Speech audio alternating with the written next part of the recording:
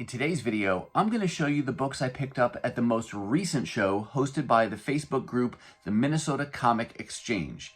I've got mostly dollar books, but then I've got a bunch that are less than $1 books, and even a few that are more than $1 books. Check it out.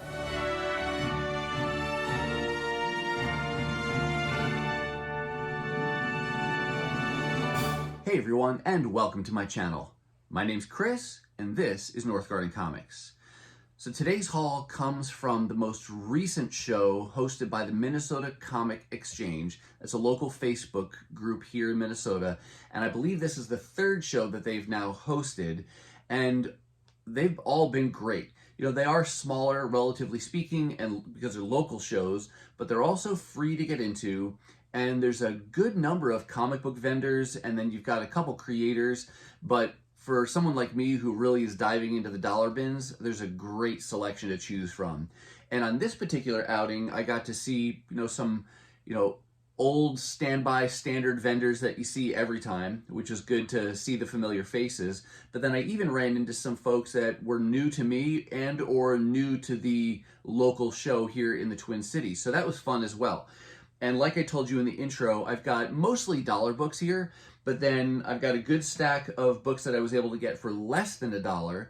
And then at the end, I'll show you a handful of books that I was willing to pay up a little bit for and spent more than $1.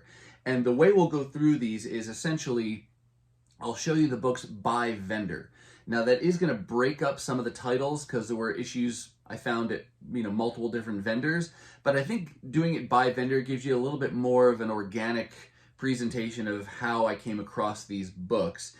Also, I'll say that for each of the vendors I bought from, if I was able to find a website, an email address, a Facebook link, something like that, I'll put those things down in the description below in case you want to check them out and find out more about them. But for now, let's go ahead and dive into my haul from the Minnesota Comic Exchange show. Kicking things off, the first vendor I visited was Go Big or Go Home Comics. The owner's name is Brad, and I had never shopped his booth before, but was able to this time, or made a point to this time, because he's actually watched some of my videos, and he even commented on a recent video and mentioned the show, so I made sure to find him first. And so, hello Brad, it was good to meet you, good to shop your booth. And Brad had a variety of different books, and I honed in on the books that were $1 a piece. He did have some discounts if you bought some bulk, which is always nice to see at these kinds of shows. And I wound up coming away with, I think, 5 books from his table. The first one here is this copy of Meridian number 2. This is one of 4 cross-gen titles, the first 4 cross-gen titles that I am now trying to piece together as I can find them in the dollar bins. So happy to find that low number 2 number in this hunt. Also picked up this copy of Devil's Reign Chapter 7. This is a crossover limited series between Top Cow and Marvel, and each of the issues features a different character team-up between the 2 publications. And I think with finding this issue, I only need, I want to say, 1 more to complete this 8-part limited series. So very happy to find that. Next up, may seem a little bit random because I don't think I've ever shown an issue of this title on my channel up to this point. This is New Warriors number 10, and that is terrible glare there. Let's see if I can, well, I'll just hold it up for you. I collected this series new when it first came out back in the 90s, and I got only like the first 4 issues, and Mark Bagley did the pencils. It's something where I kind of go back and forth and say, do I want to start to piece together this series a little bit more? And I'm kind of in the mode now where I'm leaning towards, yeah, I'd like to find some of those issues. And this was a relatively low number that I needed. It has a cool Emma Frost cover, and I always like the X-Men related kind of tie-in pieces, so I grabbed this issue number 10, but that's just the one issue that I grabbed from this series. Next up is the first issue I've found from a limited series that's been on my wish list. It is part two of 4 of this Firestar limited series, and just a X-Men related limited series from the 80s that I've wanted to get. Never really found it, and this now has jump-started that for me. So 1 down, 3 issues to go. And then the last book I got from his booth is one of my favorite books from the day. I never see these and never really was highly optimistic that I'd find this in a dollar bin, because I just don't know how many of them there are. This goes back to the Dreamwave era of Transformers. This is from, I want to say, the first limited series that they did, the first 6-part limited series. I have issue 1 in the standard cover. This is the foil kind of holographic cover, and I've got it now in a nice OPP bag here that I showed in a previous video where I got some of those kind of an in-between bag between polypropylene and Mylar. It gives a nice presentation, more like Mylar, but has a price point closer to the polypropylene. So put it in there. I'm going to go ahead and take this out though, because it's just so cool to look at. It's a wraparound cover. Let's see if I can hold this up here. There you go. I gotta stand up too. Wraparound cover, and you can really see how the light catches all that different rainbow of colors there. But I was super excited to find that book because I just never see these foil reflective covers. So very, very happy to get that and to get it for just $1. But those are the books I got from Go Big or Go Home Comics. So thank you again, Brad, for those great books added to my collection. Next up was a vendor called Tester's Toys. I have shopped from him before, one other time, I think, at a previous Minnesota Comic Exchange show. Similarly, he's got a lot of dollar books, $2 books. He's got wall books. I went to the dollar books, and I think he had a deal that if you bought, you could get 12 for $10. Something like that. There was a deal. I wound up with 12, so I think I may have gotten them for like 80 cents a piece or something like that. You get the idea. But I found a variety of things at his table. First up here, we've got a couple issues from Cyberforce that I am working on. This is the run from the 90s, volume 2, that I'm trying to put together. And ignore, this is just a little like post-it that's in here. It's not actually stuck to the book, and the stickers up here are actually on the bag, not the book, so have no fear. I found issue 21 and 22, so just chipping away at that series as I can. Next up, another first issue from a limited series that's X-Men related from the 80s that I've been wanting, but up till now haven't found. But I found at his table Magic number 2 of 4. So I like Ilyana Rasputin, I like Magic, so wanting to get her first limited series. I found issue 2 and issue 3. I think these are the first 2 issues I got from this limited series. Maybe I found issue 1 recently. I don't recall, I'll have to check. But either way, I've made some progress on that limited series. Jumping over here, another run that I've been working on. This is Silver Surfer Volume 3, issue number 82. I am now down to less than 10 issues to complete this entire volume that ran for 140 some odd issues, and it could take a while because the issues I need are the higher end, and they were probably lower print run, they're harder to find, and harder to find cheap and in good condition. So a lot of criteria there I have is I want to find it in good condition and I want to find it for inexpensive. So could take me a while, but happy that I could find this one issue and get one step closer. You'll see what I mean, what I said earlier when I said, titles would be split up across vendors. In addition to that Firestar number 2 I found at the first table, I found Firestar number 3 at Tester's Toys. So now I'm 50% of the way there to completing that limited series. I got this copy of Hot Shots number 5. Got this because I got into the Domino. It was kind of a limited series, a really short ongoing, depending on how you look at it. It only ran for 10 issues right before this. I like Domino as a character, and I was able to find those issues pretty cheap. I think I just need one more issue to complete that volume, but then it was followed up by this Hot Shots volume that only ran for 5 issues, and I found 4 of the 5 for really cheap at an earlier sale, and so I went and finished it out with this issue number 5 for less than $1. Jumping over here, this is Miss Marvel. What number? Miss Marvel number 29, just a title from Carol Danvers that I'm building out as I find these issues for cheap. So happy whenever I can find those in the dollar bin.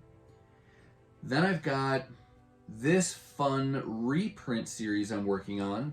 This is Fantasy Masterpieces, which reprints the first volume of Silver Surfer's run. These are a little bit thicker, they're square bound, and this is the way I'm choosing to put together Silver Surfer's first volume. I mean, hey, if I can find Silver Surfer Volume 1 in the dollar bin someday, I'll be all over that, but not likely. So going with the reprints, and even these sometimes go for well over $1, so I'm always happy when I can find them. And with this one, I think now I'm down to like only 3 or so issues I need to complete this volume, and I just think that's a great cover with him coming through the city streets real low like that. Just really cool looking.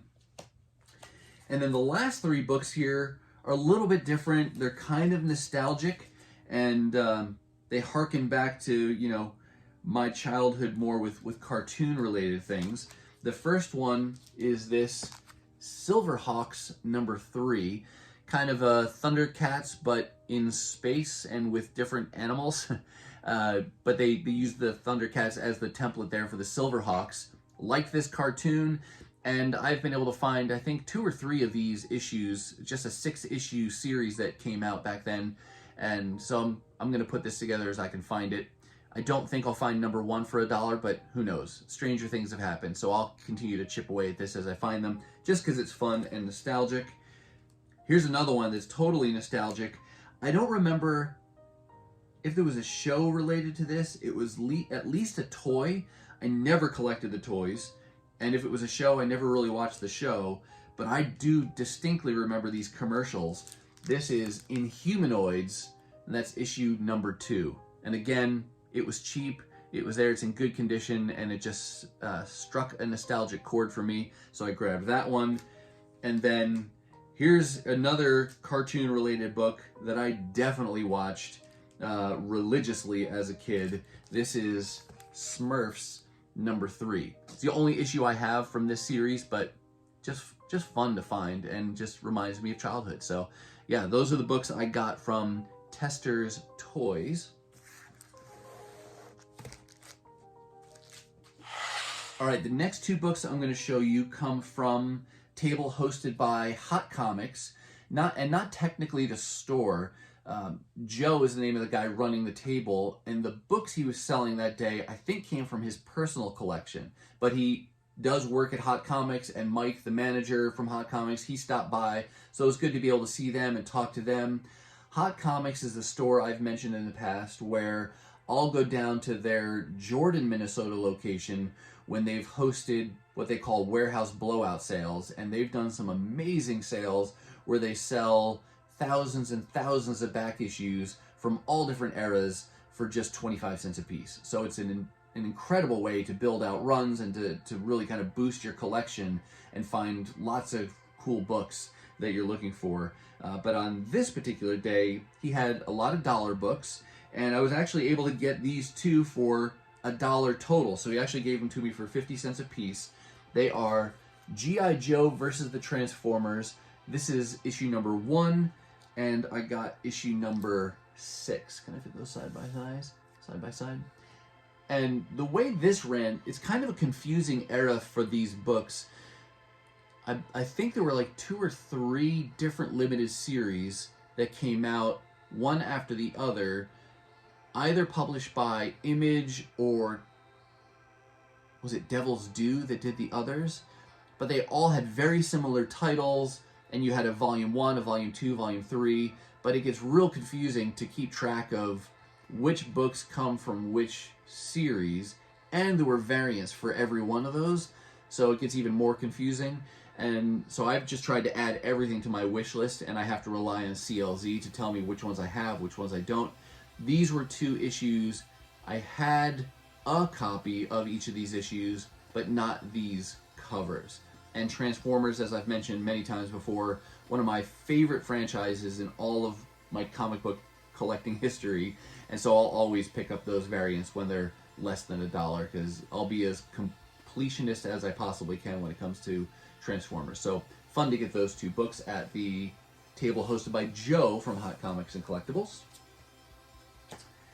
Next up, I found $3 books from a table. It was called Big Time Comics, and he had, I got to give him a shout out because he had a few dollar books there. Most of the things, actually none of the dollar books were even bagged, but A, they were in really nice condition, and B, they were pretty much well alphabetized. And it's not often, in my experience, that I've come across bagless dollar books that are well organized. But he had them alphabetized, so it made it really easy to go through. And I found 3 really good books for my collection at his table. First up is this issue 6 from this 6-part limited series called Aerosmith. I've talked about this before, and it's a series that I've been wanting to put together. There's 2 limited series. I've completed the second one. Now I'm trying to complete the first one, and I have issue 1 so far, and now I've got the other bookend, issue 6. Interesting side note, I did come across issues 2, 3, 4, and 5 at a different show or sale recently, but actually decided to leave them behind because they were damaged more than I'd want them to be.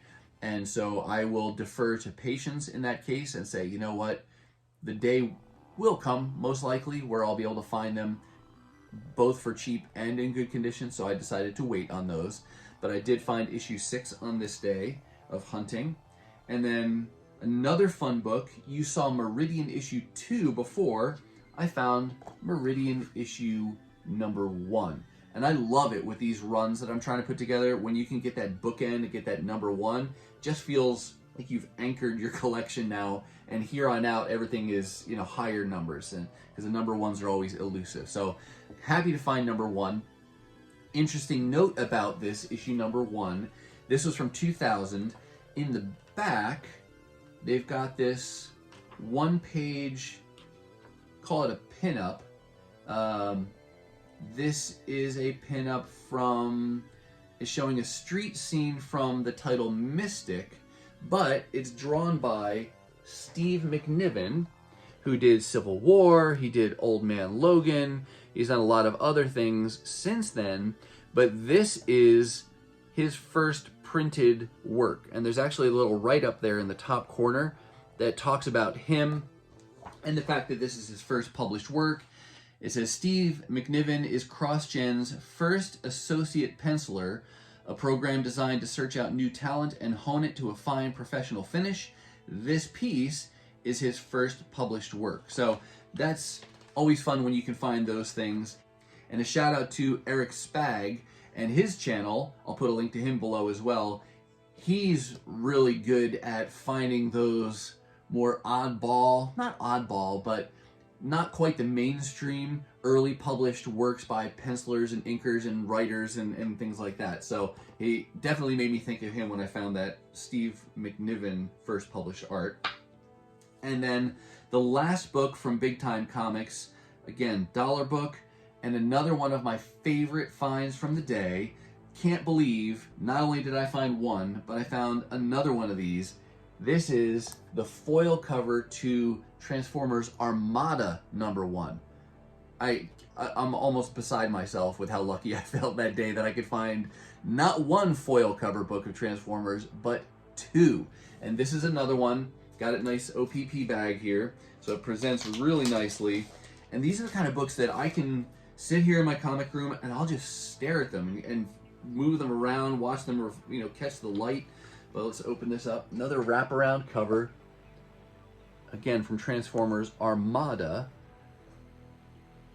and just, yeah, I don't know. I don't get tired of looking at this art, and those colors. And that's the pencils on that cover are done by Don Figueroa.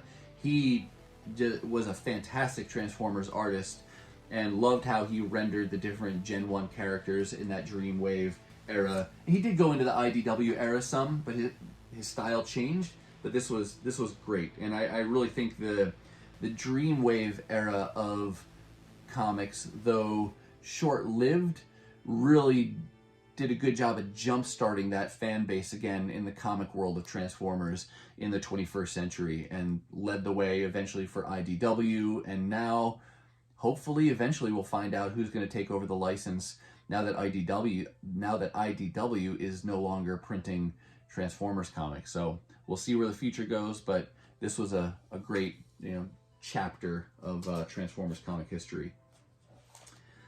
All right, let's save these. Well, try and decide which way to go with these. I said I was going to do the more than $1 books last. I'm going to do them second to last because I've got another pile that I'm going to show you at the very end here. But this table I went to is called Comic Vikings, and I know the owner, and I met him on multiple occasions now, both at shows. He's hosted garage sales at his house, and always has a great selection of books.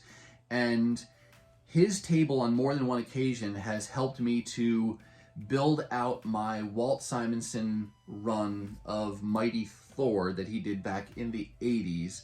And it's not often that I can find those issues for $1 and in good condition. And because of that, I am willing to pay a little bit more to get those issues in good condition. And this particular show was no exception. I found 4 more issues from his run to be able to work towards completing that Walt Simonson era. They were issue number 353, and you can see he's got his own kind of custom sticker up here on the bag. These were $2 a piece, so still not a lot. 354, and these are in really nice condition as well. 363,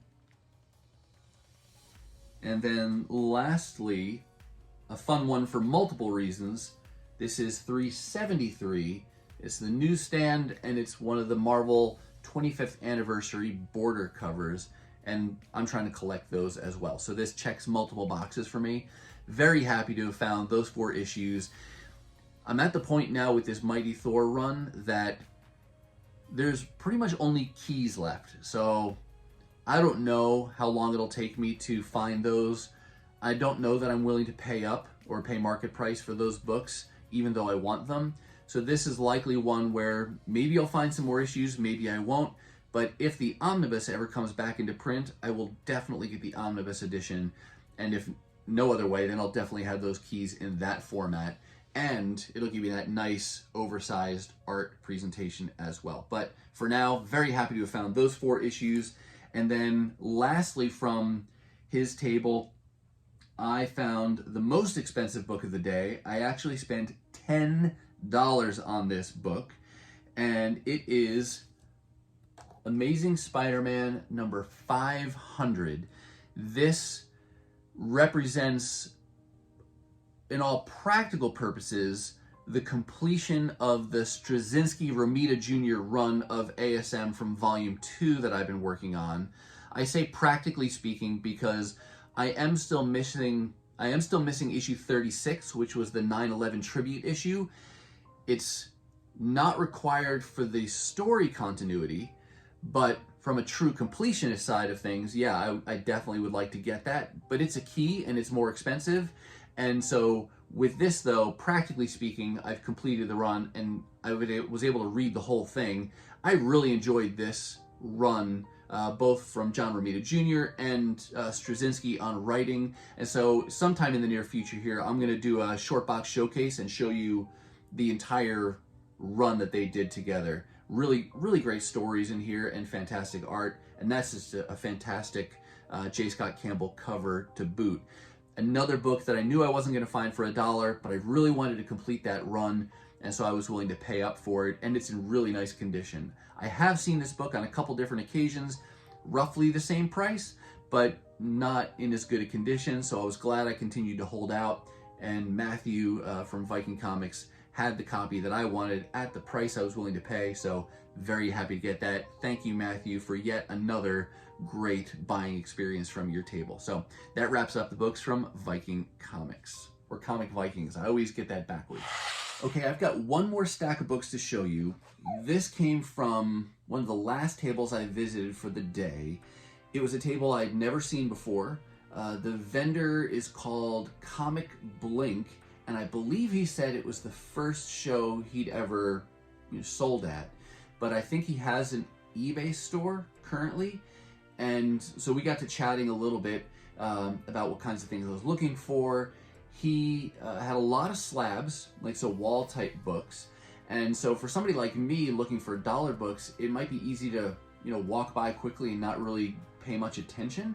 But on the table he had one short box that had some books in it, and they were just kind of they were bagged but not boarded, and those kinds of boxes are very easy to pass over. But I would encourage you, if you see things like that, it's really worth it to stop and look. Worst case, there's nothing in there that you want, maybe it's more expensive, and you move on. But in this particular case, I came away with probably the largest stack of books from any one vendor for the day. And that's because of a combination of things. First, it's what he had in there, and I'll show you those, but it was the pricing as well. He had these books listed at $1 a piece, but then if you bought a certain number, you got more and more of a discount. And so I wound up getting all of these essentially for 40 cents a piece. So let me show you what I got. First up, it's gonna seem a little random, but it's another nostalgia book. This is Biker Mice from Mars, issue number 2.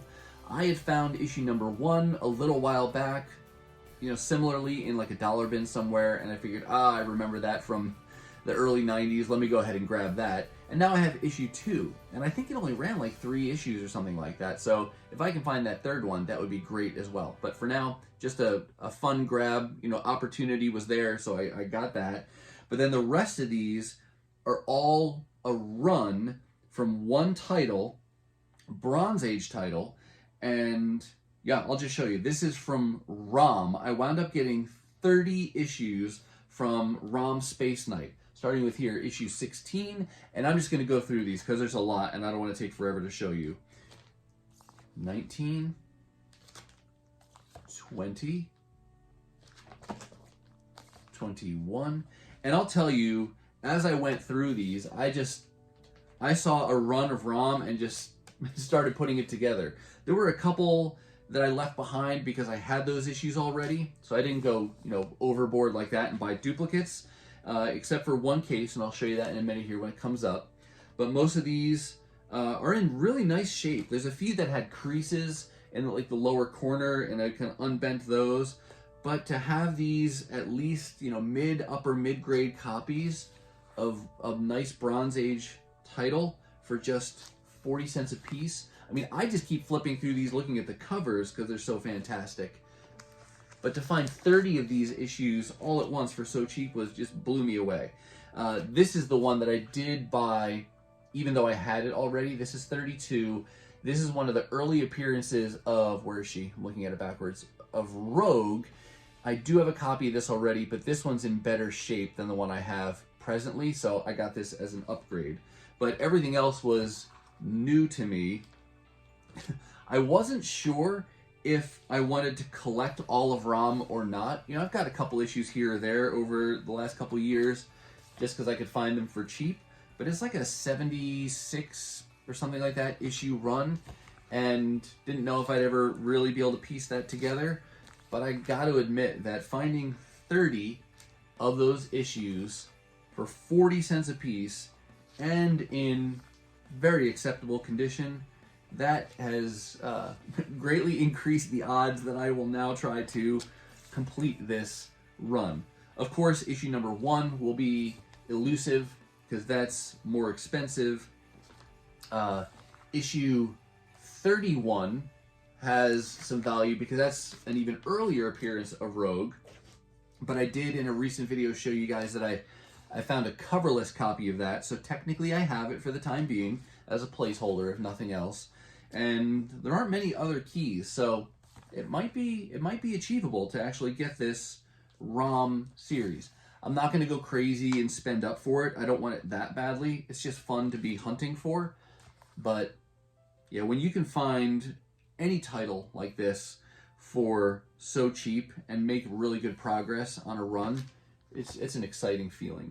So there's issue 73, and then the highest number I found is issue 74, and that's a John Byrne cover. Sorry for the glare there. Like I said, I think this went like 70, 75, 76 issues, but that was a fantastic find. So Comic Blink, thank you so much for being there. I really hope that I get to see you at future shows and bring some more fun things like this, because I will buy these all day long. And they'll likely empty my wallet there. But with that, I'm going to say that's going to do it for me. And that's going to do it for this haul of books that I picked up from the most recent show hosted by the Minnesota Comic Exchange. I do hope you saw something that you liked. But what about you? How are things going for you in your own comic adventures? Any shows you've attended recently? Any sales at some local shops? What kinds of things are you finding and helping to build out your own collection? Let us know down below. Now, if you're not quite ready for the YouTube fun to stop, I have hand-selected a couple videos here for you to check out. As always, thank you so much for watching, and I'll see you next time.